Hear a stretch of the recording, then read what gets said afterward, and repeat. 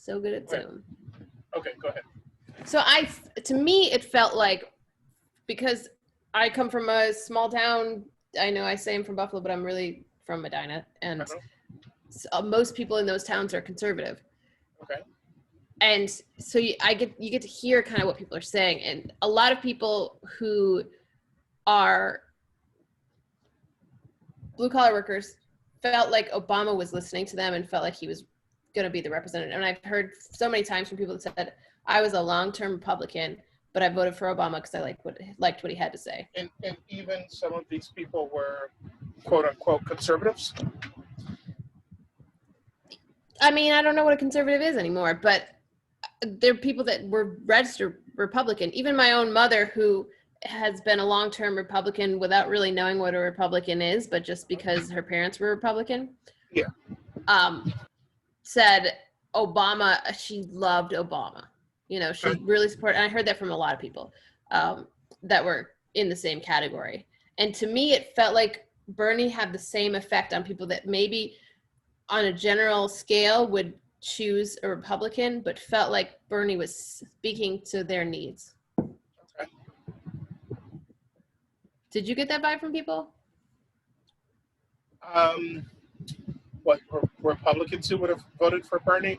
I mean, Yeah. He definitely had the populist vote. I mean, he definitely was pulling people into politics who had sworn off politics their whole lives. I worked with a guy who was in his lower 40s back when I was, still in my upper 30s, who was working on a campaign, volunteering, on fire for Bernie. He had never voted once in his life. So he was definitely pulling people like that. I don't know how many people I ran into that were voting for him across the aisle, but I will say that I wasn't getting any irate energy from Republicans except for the occasional, he's a socialist kind of person, but it certainly wasn't like the irate energy that Clinton was getting. It was just more like, yeah, Bernie's okay, but I'm voting for Trump kind of thing. So I think that was,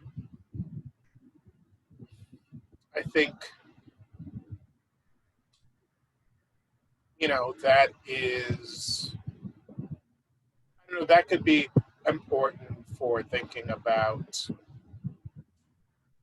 what it's going to look like maybe in the middle, from grabbing some folks in the middle, or from igniting the opposition. Like, in other words, people hated Hillary so much that it could have driven more people to vote for Trump who may have normally stayed out of it or stayed at home. Yeah. And the opposition didn't feel that way towards Bernie to do that. You were either going to vote for your person or you weren't, but you weren't going to all of a sudden be fired up just to vote against him. I did feel like, though, with the people who voted for Trump, not all of them, some of them are just racist. But what I hear most often is he was different than the status quo. He was something new. Yeah. And that's exactly what people say about Bernie. Exactly. Yep. No, that's very true. Which is, why not going with Bernie did not help, right? Because you didn't have this other person to vote for who wasn't the status quo. You just have the status quo again, and then, for some people, the status quo on steroids. And then you had some people who were newly awake to their leftist leanings or how they felt the world worked, who had this new ire for the Clintons, right? Where it's like people who may have felt a little bit duped by Obama, and I won't really get into whether some of that is people who are a little bit naive, myself included, but in other words, people who would have voted for Obama, but also would have voted for Clinton had Obama lost the nomination back in 2008, 2012, who all of a sudden did not want to think about voting for Clinton, you know, in the next election. So, sorry, 2004, 2008. Wait, shit, am I getting my years? I'm getting my years mixed up. 2008, 2012. For the years that Obama ran? 2006, right. 2000, yeah, 2000, okay. So, yeah, I mean, 2016, Clinton was looked upon different than 2012 Clinton. In one sense, she was a lot more happy-go-lucky and likable, but in another sense, she had the baggage of people looking at her through the lens of 2016 and not wanting any more parts of the neoliberals. I think that she was doomed from the start because she's just been in the public eye too long. People have too much material to work with. No, that's totally true.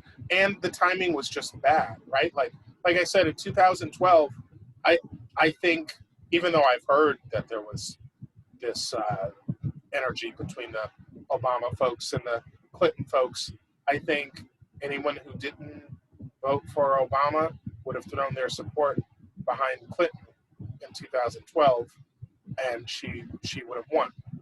Whereas 2016 was just a totally different atmosphere, and people were like sick of the voting for the lesser of two evils and neoliberals. I think there was so much hope and optimism for the Obama presidency. And I do think that his presidency checked a lot of boxes in terms of accomplishments. Sure. But partly because of the Senate blocking everything he tried to do. And also because potentially maybe he wasn't quite as liberal as everyone expected him to be. Exactly. Yep. I think, people were disappointed. They were done. They were over it. Yeah, for sure. Having said that, yeah. I think if he were to run for a third term, which I know is obviously not allowed, I'm confident that he would have won the third term. Oh yeah, of course. Yeah. That's for real. Which is kind of interesting that people say, Trump was this way of getting back for Obama being president, because it's like, well, Obama wasn't like radical or anything. So, I mean, I know he was black, and I know some people were upset about that, but it's just interesting to me that like we had to vote for Trump to get back for Obama being president, when it's really like, a Bernie being president would have been pretty radical. Yeah, but they're not thinking about the policies. They're thinking about the skin color. Sure, of course. Obama deported a lot of people. And a lot of people, obviously Trump made it way worse. But everyone thinks, oh, I wish we could go back to when Obama was president and everybody was safe and we had DACA. And it's like, everybody was way safer for sure. But he did a lot of deporting. Yeah, and a lot of bombing as well. Yeah. A lot of via drone strikes and all of that. I mean, I often painted Obama as someone who got far more criticism than anyone else before him, because he got a ton from the right, a lot of it just being, idiotic fear-mongering, but he got a ton of it from the left. People who were just anti-neoliberal and, who recognized what you're talking about as far as his policies on deportation and drone strikes and all of that, and his cozying up to Wall Street. So I feel like he was definitely more heavily criticized than most, and also more loved than many as well. And I think the same goes for Michelle. I don't think there's ever been a first lady that was watched over on that level, and every detail of every behavior she ever had was dissected. Yeah, including the encouraging kids to eat healthy at lunch. That was just so funny to me. That just showed, that's like, thank you for showing me how ridiculous you are, so I don't get it twisted. So I can remember what your real intentions are. You know. But imagine just being the under the pressure of being the first Black person to do anything ever. Anytime you're the first to do something, there is an expectation. There's the feeling. If you're the first woman, you're first Black person, first anything, first person in your family to go to college. There's like, I cannot fuck this up. Yeah. And then to be the first Black family to live in the White House. Yeah. Like, that is not easy. Yeah. Well, they're definitely fucking that up now. They're definitely taking it back. I wonder how soulful like the White House was. I wonder how much of a touch they were able to have on the White House. Like, could you go in there and smell like some soulful cooking in there? And like, was there some burning of like incense? Like, could you smell that you were, well, Michelle talks a lot about kind of, Michelle talks a lot about it in her book about kind of how they put their mark on the White House when they lived there. Okay. And they said when they arrived there, a lot of the staff members were Black and were expected to wear kind of this ridiculous like butler tuxedo. Okay.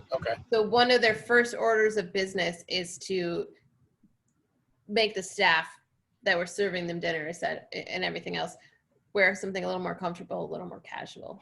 Okay. That's cool.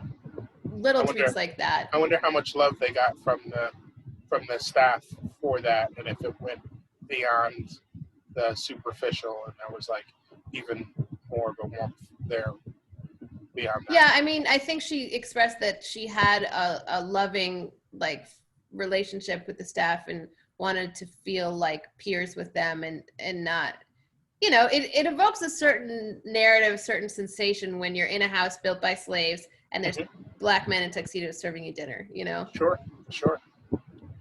Yeah.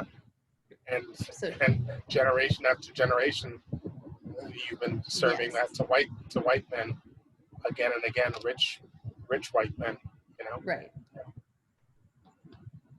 It's a tricky situation because you still need their help. I mean, when you're president of the United States, you don't have time to make your own dinner. You need their help. Yeah. So as awkward as it may feel to have them serve you dinner, you gotta let it be, but they made tweaks to make it a little more comfortable. Yeah, for certain. Yeah, certain. I wonder what it's like now. Yeah, that's a good question. I wonder if they've had to like hire extra people to test the food to make sure it's not being poisoned, and how much that job pays. Yeah, God.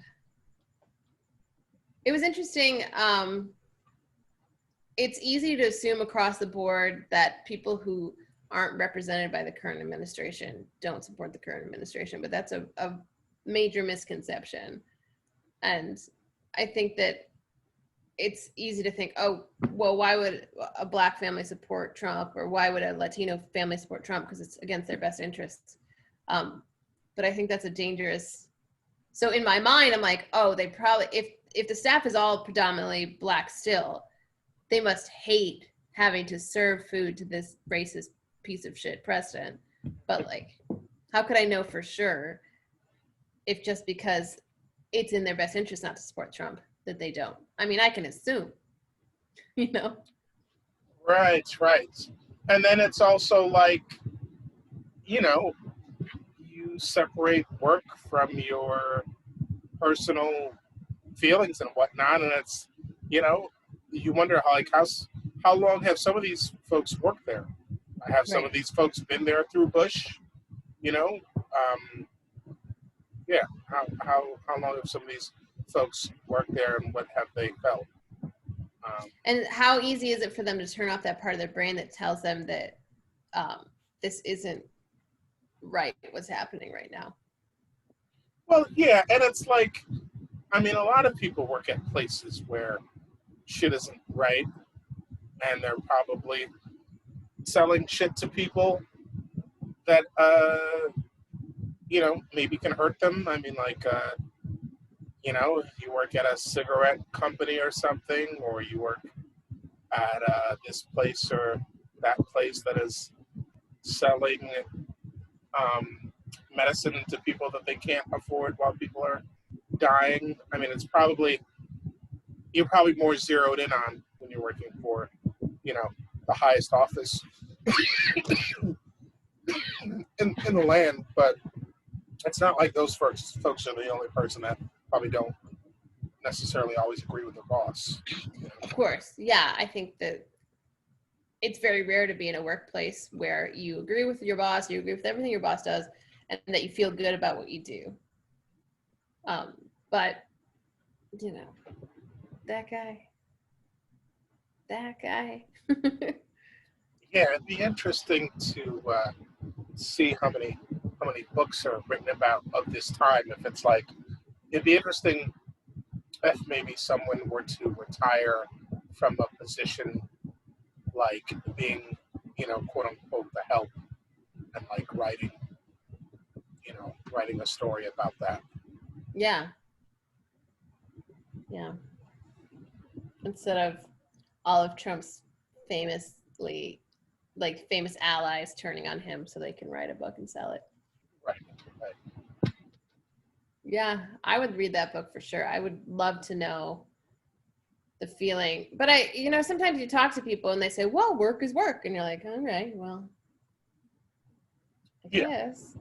Yeah, no, certainly. And I'm certain you'd have to go through enough people where someone was comfortable enough to talk about it, and certainly where someone was, definitely retiring and wouldn't have to worry about feeling like they're talking about something that they shouldn't. But yeah, I'm sure some people are just tight-lipped, work is work, and nothing else to talk about. Right. Yeah, I mean, they must have to have a certain level of security clearance to even work in that position. Mm-hmm. So. Yeah, there's probably some gag orders that were signed when they signed up for that position. Yeah. But it's interesting because my mother, kind of was pushed into being a Democrat by Obama, again, because she thought she was Republican because she didn't really understand what a Republican, and she had been told her whole life she was a Republican. My dad is crazy liberal, and she never voted before. She's never voted in her life. Okay. And so no one in the House really cared that she called herself a Republican, because it was clear that she wasn't involved enough in the process to even know what she thought she believed in or to sway any sort of politics in any direction. So we just kind of chuckled and let her think what she thought. But through the Obama presidency, she kind of started to become more of a Democrat as she started to see Obama and realized that she really connected with him as a person and felt like he was a good president and felt like she supported his actions. And now she's so staunchly opposed to Trump. And she's so far removed from anything that would even resemble a Republican. And I know a lot of Republicans, quote unquote Republicans, are supporting Trump, but it is very clear that her eyes have been opened, one, by experiencing Obama, and then to experience the Trump presidency and start to question, like, what is a Republican and what does that mean? Right. Like, the things that come out of her mouth are hilarious. I called her the other day, and she lives in Florida. The governor of Florida is lifting all social distancing restrictions, even though their COVID cases are high. And everyone that lives there is pretty sure that they're doctoring the numbers. Yeah. And she said, well, that's because he's blowing Trump. He's blowing Trump. And he's like, yeah. And Trump's not going to let him keep blowing him if he, doesn't keep fudging the numbers, though. Right. Yeah, Florida's definitely a special case. I mean, their numbers have been horrible for a while, and their folks have been acting up, not listening to social distancing, and instead of trying to course correct, they're just going to double down by lifting the quarantine, which is pretty incredible. Yeah, I think for them, when they go out, most of the people they see out are wearing masks and are taking precautions, even more so than some other places that I think are accurate in terms of their reporting, or at least they're trying to be accurate. But the main problem there is really the governor. The governor of Florida is doing nothing to represent the people of Florida and protect them from this. And as far as I can tell, they were one of the first states to really have a problem, and took a long time to acknowledge it, and then took a long time to try to do anything about it, and then decided. It seems like the governor of Florida has been promised something from Trump. Maybe a position in his next administration. Okay. Because he does have this sort of behavior that implies that he's trying to align himself with Trump as effectively as possible. I see. He's promised something for November 3rd. But mind you, this is just my mom's theories. Right. Well, of living in Florida and kind of experiencing what's happening and like observing it, and having never really had an opinion on politics before that was logical. So Floridian governors have made promises before elections. That's for sure. So it wouldn't be a first. Yeah. So that's a state to watch, because I do think that it's a very, very divided state in terms of who gets supported. A lot of Trump supporters, but also a lot of people who have moved there from pretty liberal areas that just want better weather. And a governor who is pro-Trump to the end and will probably do what he can to try to help Trump take his state in the election. Yeah. I'm pretty sure that Pennsylvania is going to go to Biden. Yeah, well, I mean, we hope. I mean, first of all, not all Pennsylvania is Philly. Right. And the part of it that's not is really not. Oh, it's really not. I canvassed in Pennsylvania for about 6 months when I first moved there. Yeah. And it is really not. Right. Yeah. But I do think that, I don't know why I think it's going to Biden, but I do think it's going to Biden. But Florida, I don't know, I think it needs a little bit more focus. Yeah. You have more friends in Cali that wanna either volunteer or get paid to call folks in Philly or Pennsylvania? I don't know of anyone that is interested in phone banking in California. Honestly, most of my friends in California live in San Francisco. Okay. When we moved to San Diego, it was about 5 years ago, 6 years. I don't remember how long we've been here. Okay. But we had a little bit of trouble. We have a handful of like friends here who are more like hang out and just like invite to your party friends. Not a ton of like close-knit friends in San Diego, except for the people that we moved here kind of to work with, because Ron wanted to start a business with his old friends from Baltimore that now live here. Yeah. So I honestly, besides my coworkers, don't know a ton of people in San Diego on that line. Are you still in contact with your San Franciscan friends? A little bit. I could ask around. I know that Rom's dad in Pennsylvania is doing text banking. Oh, that's cool. Yeah, I don't know if he wants to do more of that. Yeah. But I don't know. Most of my friends are. Do you know what program he uses for text banking? No, I think he's doing it for like the Pennsylvania Democratic Party. Oh, okay. Okay. Yeah. And so I imagine it's similar. Everybody seems to be using whatever program Working Families is using. And okay.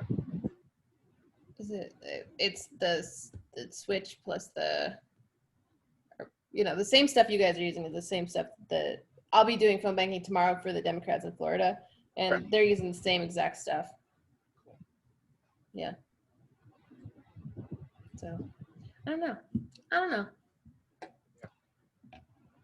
Is it mainly California people that you want calling in Pennsylvania for some reason? Oh no, I was just asking because you're in Cali. I was just asking because you're in Cali. Unless are you still in contact with your Philly folks from back in the day? More than anyone else, really. Oh, okay. Yeah. Are they involved at all? Um, I don't think so. I don't think they're really involved. The only one I know that's actually getting involved is Rom's dad, and he's doing the tech stuff. This is Okay. his first time getting really involved in politics at all. I canvassed them. That was kind of how I met them. Was like I canvassed their house, but Right. I already knew Rom, but Rom like Right. gave me the hookup, Yeah. and they were like not interested in getting involved in any way until I Right. mentioned Rom's name. Yeah. But this election cycle has gotten them interested in getting involved and like doing their part. We'll see if you can round up your Philly folks. Round up your I'll talk Philly to people. folks. Yeah. Most of the people I know in my like post canvassing life are artists and not the type of people that are like gung ho to talk on the phone or like do that sort of thing because they're like not comfortable with that sort of Sure. non you're I'm on the stage and you're out in the audience type of format. Sure. But I'll see. Okay. I definitely have a friend whose boyfriend is kind of home doing nothing. Okay. And because he's kind of not working because of COVID. Sure. And maybe would be down to do some stuff. I'll ask around. Cool. Yeah, because I get the feeling like a person that I'm working for, he is not as optimistic as some folks are about Pennsylvania. And he's working hard and he's like, inspiring and all of that, but he is not as optimistic. So he definitely, would be happy to get as much help as possible.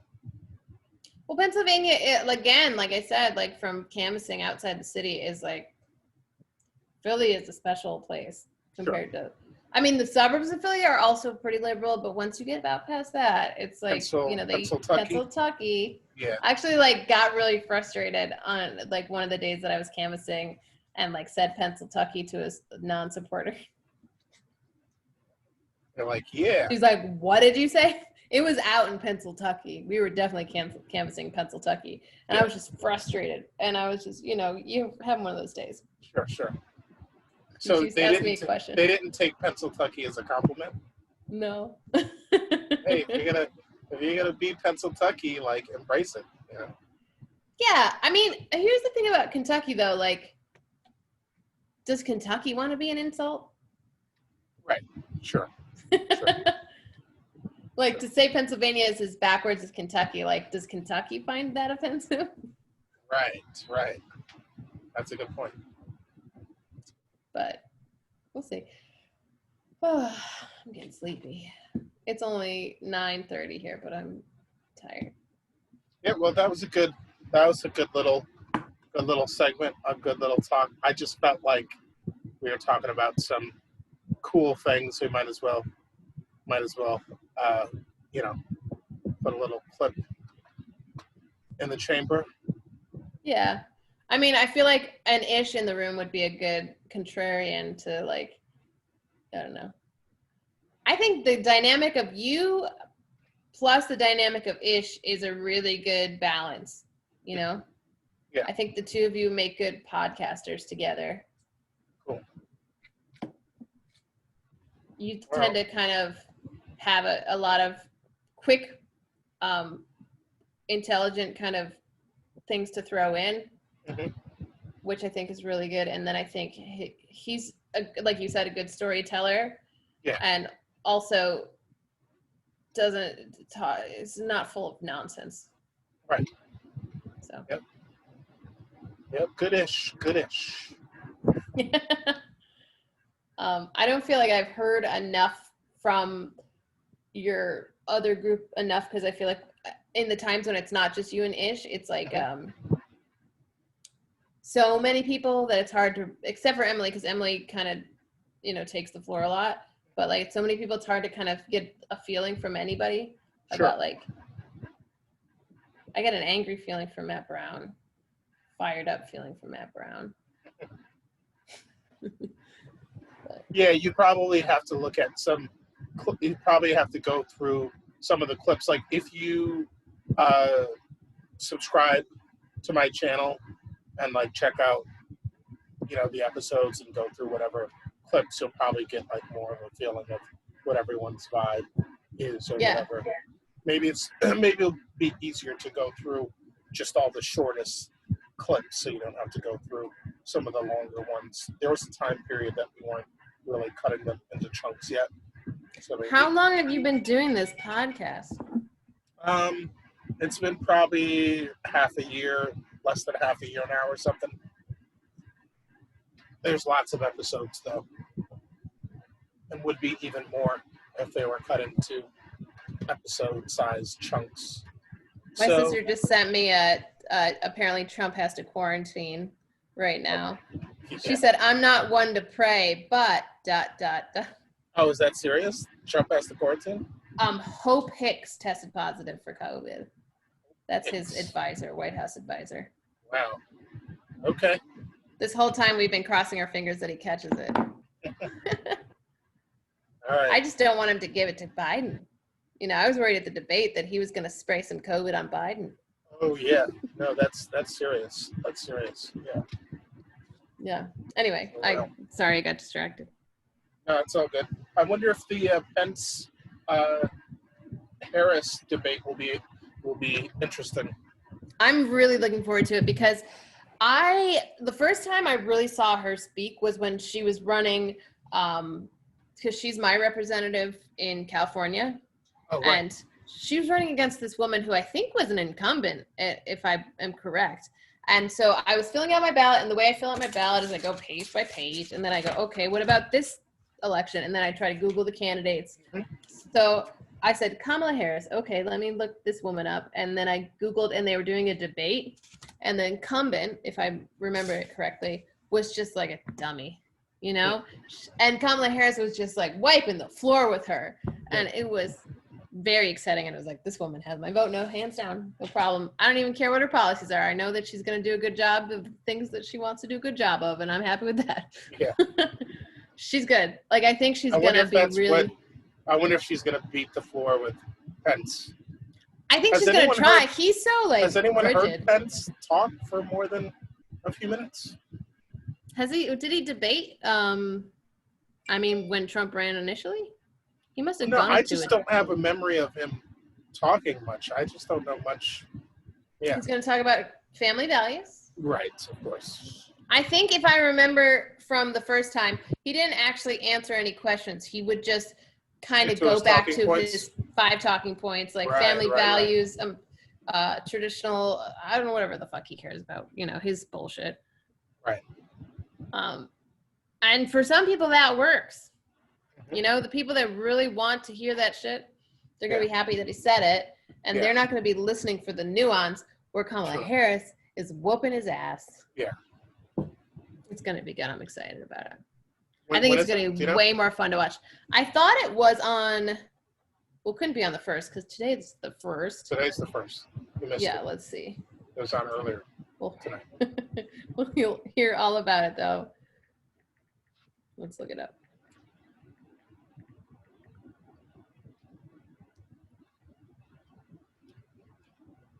Oh. I think it happened. No. No way. Oh, live in 5 days. I think you're about to say live in 5 minutes. I was about to be like, all right, I'm going to peace out. That's a weird time for a debate. No, 5 days from now. I think it's going to be good stuff. I'm excited. 5 days, all right. I think because it's going to be such a weird dynamic between the two of them. It's like... So Tuesday? Yeah, October 7th. I guess that's Tuesday. Wednesday. Okay. Wednesday night is when I have my clown class that goes from 7 to 9.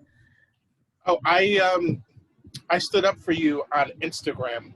Someone had a picture of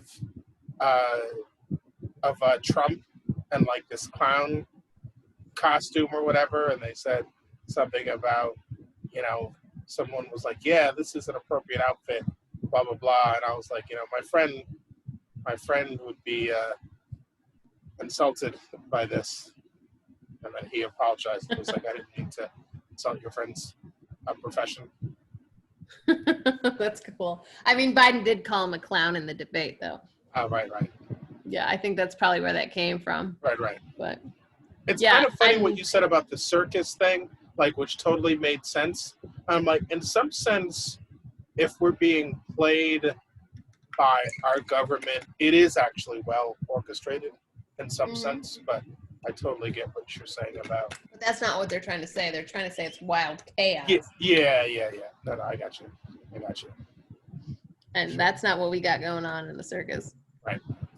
Careful planning to make sure nobody gets concussed. That's right. Yep. That's what happened to poor, was it Robin's parents got hurt in the circus? Robin? Yeah.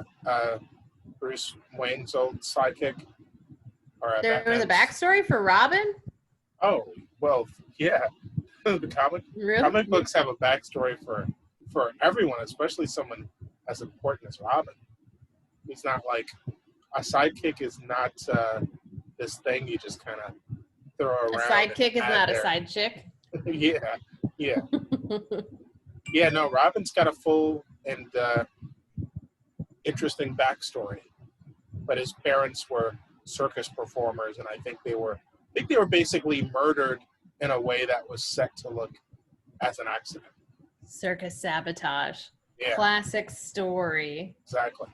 So you would be like the person in the story that might scratch your head and be like, something is amiss here. Something doesn't seem right. And maybe like, Batman doing his greatest detective thing would come to you and ask you, Yeah, I would be like questions. Yes. I think the biggest thing I always encourage my students to do is check their own rigging. Right. And never trust that the person that is putting your stuff up is going to do it correctly. Yeah, definitely. I mean, they may intend to do it correctly, but there's no harm in checking and making sure, because it's your life on the line, not theirs. Yep, exactly. That's no pun intended. Robin's parents should have thought about that. I would have told him. Yeah, yep, for sure. All right. I think Robin might cry a little bit hearing that, but I think it's real. At least for Robin, I think he's going to remember that, and he's going to survive because of what you said. Though I think Robins usually die, but that's for our next show. Robins usually die? Robins, yeah. There have been many Robins. There's not just one Robin character. Batman's gone through many Robins. And, look at you talking about comic books. Too bad Ish isn't here. Yeah, or maybe it's good that Ish isn't here. Otherwise, is Matt Brown into comic books? Because he's got a lot of Funko Pops. Yeah. Matt Brown is a comic book guy. I thought so. Yep. Sure. Before he pieced out of that whole conversation, I was noticing his Funko Pops, and I wanted to tell him the story of my experience with Funko, the company, because they're based out of San Diego. I had never even heard that term, Funko Pops. Me neither. Yeah. No, they just hired. Sounds like sugary cereal. It does. And they just contacted me because they have this event at Comic-Con that's like a big event that people get really excited about. Okay. And they needed some circus performers. So I went to their offices and met with the founder of Funko, and he told me all about the event. And he was like, I'm the founder of Funko. I was like, I don't know what the fuck that is, dude. But good for you, But I imagine someone like Matt Brown, who collects those pops, would probably be much more excited about that experience than I was. Sure. I mean, it was cool, to learn about. He told me all about his backstory and stuff, and I was like, I guess that's cool. Good for you. Yeah. And as I was leaving, he's like, grab some of those pops, whatever ones you want. Grab 3, and I was like, all right. But. So speaking of, before we peace out, speaking of Batman and the excitement of Batman, your boy Robert Pattinson is going to play. My boy. Yeah, your boy. What's he, my boy? I don't know. I just like calling people that. Your boy Robert Pattinson is playing Bruce Wayne / Batman, and it looks like he's going to do an amazing job if you've seen his work. He's an amazing actor. He's good. I think he's going to be good.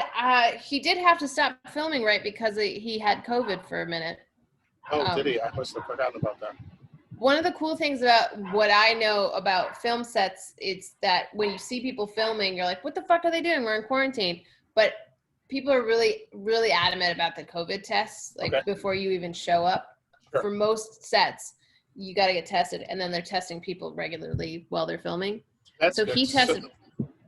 Yeah, so that it's pretty safe. So there's film. So what you're saying is there's still filming going on in Hollywood, but people are being tested.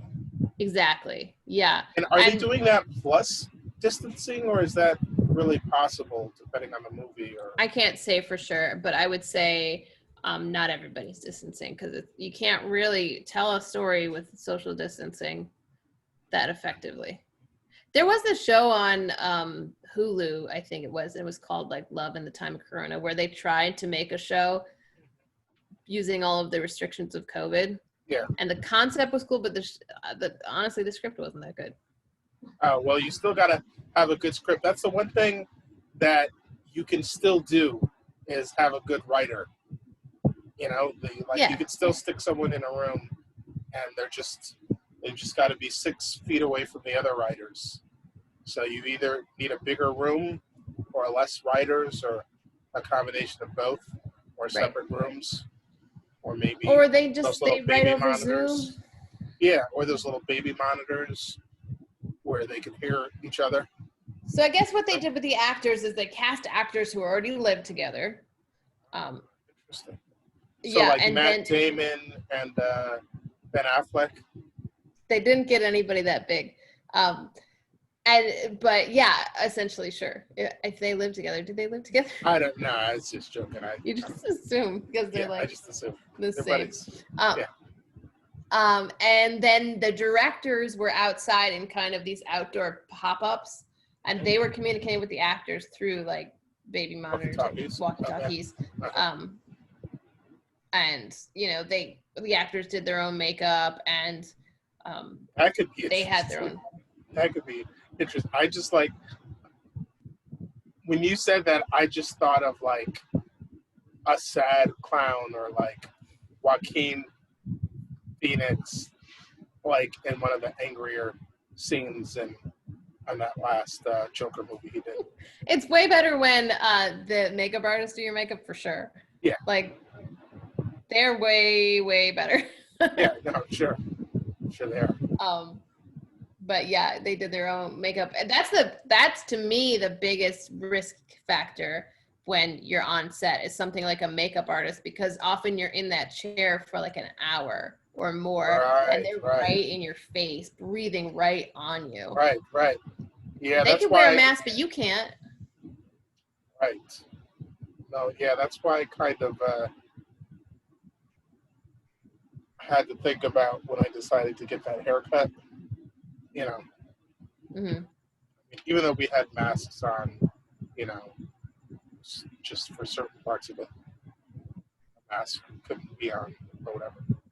Yeah, well, if you don't have someone at home that's going to cut your hair, Yeah, that was a one-time thing anyway. I'm just not going to risk that. And I did put all this money into these expensive, edgers to like line myself up. I just haven't really been using them. Mm-hmm. I think the standards of what people have to look like has changed. Yeah, that's true. Yeah. Very true. I've been doing Rom's hair. I fucked it up last time and shaved a little bit of a bald spot right here. Oh, wow. I gave him 2 really good haircuts, but then I was just doing a final touch-up, and he was like, what are you doing? I was like, what do you mean? Womp. Oh, man. Did you try to fix it by, like, doing some kind of design, like some kind of lightning He wanted, bolt? like, lightning bolts. Oh, yes. But I was like, that's going to take a lot of hair off. Are you sure you want that? And he was like, yes. And I was like, I don't think you want lightning bolts. You didn't do it? You just left the bulb? Didn't do it. No, because it was behind, it was right here. Oh, okay. So and I figured none of his coworkers should get close enough for them to be able to notice it. Just do a little he said comb over. Everybody noticed. Everyone noticed? Yeah, and I was like, why are they getting so close to you then? But it's grown back. That's good. Did you have to sleep on the couch for a few days? Or? No, he forgave me. He said though when I was done, he said I get one, and I was like, what does that mean? He was like, I get one. So someday I'll find out what he meant by that. Oh, okay. But yeah, he was dyeing my hair and I was cutting his hair. What color did you dye it? I just kept dyeing it. So before quarantine, I had purple hair, and in order to have purple hair, you have to bleach your hair. Okay. And I don't fuck with blonde hair. That's not my jam. Sure. You know? But every time the color fades, it goes back to blonde because it's been bleached. So, you know, periodically, he helps me make that go away. Okay. Cool. Yeah. Whatever. I don't care really that much what color it is as long as it's not blonde. I want blonde hair. It's not me, man. I hear you. It's not your jam. It's not your jam. It's not my jam. But yeah, so it's good. It's been cool because like not spending money on haircuts all the time. Like before quarantine, this part of my hair was shaved, like all the way down. Oh, okay. Fully shaved. Yeah. So now I can kind of measure the length of the quarantine by this little chunk of hair. Oh, wow. Okay. It's been this long. This is how long quarantine's been.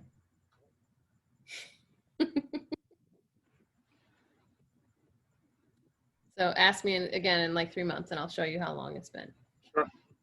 Will like do. Cell wall. All right. Well, it's been fun again, but next time, let's get serious. Peace. Get serious. Peace.